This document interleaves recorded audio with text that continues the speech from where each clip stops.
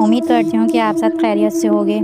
آج میں آپ کے لیے لے کر آئی ہوں گاؤں کا منظر کا ایپیسوڈ نمبر 2۔ چنٹو اکیلا کمرہ نمبر 7 کے دروازے کے پاس کھڑا ہے۔ دوست بھاگ چکے ہیں۔ چنٹو کا دل زور زور سے دھڑک رہا تھا، مگر اس کی ہمت جواب نہ دے سکی۔ چنٹو دل میں، اگر سب ڈرتے ہیں تو کوئی سچ کبھی کیسے جانے گا۔ چنٹو دروازے کے ہینڈل کو آہستہ سے گھماتا ہے۔ دروازہ آہستہ آہستہ کھلنے لگتا ہے۔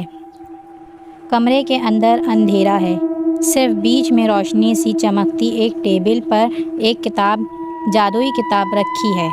چنٹو آہستہ قدم رکھتے ہوئے، کتنی عجیب خوشبو ہے، اور یہ کتاب کے پاس جاتے ہی ایک روشنی چمکتی ہے۔ جادوئی کتاب خود بخود کھلتی ہے اور ایک آواز گونجتی ہے، آنے والے تو وہی ہے جس کا انتظار تھا۔ کمرے کی دیوار پر ایک آئینہ، جادوگر کی آواز۔ کمرے کی دیوار پر ایک آئینہ چمکتا ہے اور اس میں دھندلی سی شکل ظاہر ہوتی ہے۔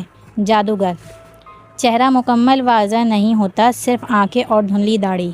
جادوگر گہری آواز میں، صدیوں سے میں قید ہوں، مجھے آزاد کر، تو جادو پا سکتا ہے۔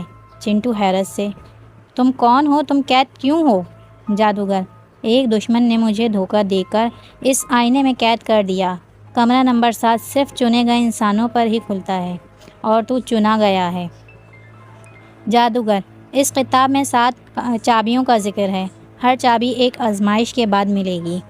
جب 7 چابیاں اکٹھی ہوں گی تب میں آزاد ہو سکوں گا اور تمہیں جادو کی طاقت ملے گی۔ چنٹو پریشان ہو کر، لیکن اگر میں ناکام ہوا تو؟ جادوگر سخت لہجے میں، تو یہ قلعہ تجھے کبھی واپس نہیں جانے دے گا۔ کمرے سے ایک زوردار روشنی نکلتی ہے۔ چنٹو پیچھے ہٹتا ہے، کتاب بند ہو جاتی ہے۔ چنٹو کچھ سمجھے بغیر باہر کی طرف بھاگتا ہے۔ اس کے ہاتھ میں وہی کتاب ہے جو اب بند ہے، لیکن اس پر ایک چمکتا ہوا نشان ظاہر ہو چکا ہے، پہلی چابی کی نشانی۔ چنٹو سانس لیتے ہوئے، یہ کوئی عام مہم نہیں، یہ جادو ہے، اصلی جادو۔ چنٹو کے ہاتھ میں جادو کی کتاب ہے، لیکن اسے 7 چابیاں حاصل کرنی ہیں۔ کیا وہ کامیاب ہو پائے گا؟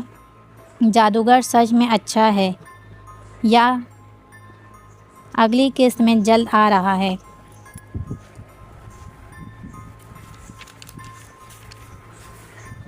اگر ہماری کہانی اچھی لگی ہو تو ویڈیو کو لائک اور چینل کو سبسکرائب کریں اور بیل آئیکن کو پریس کریں تاکہ آنے والی تمام ویڈیوز بر وقت آپ تک پہنچ جائیں۔ شکریہ۔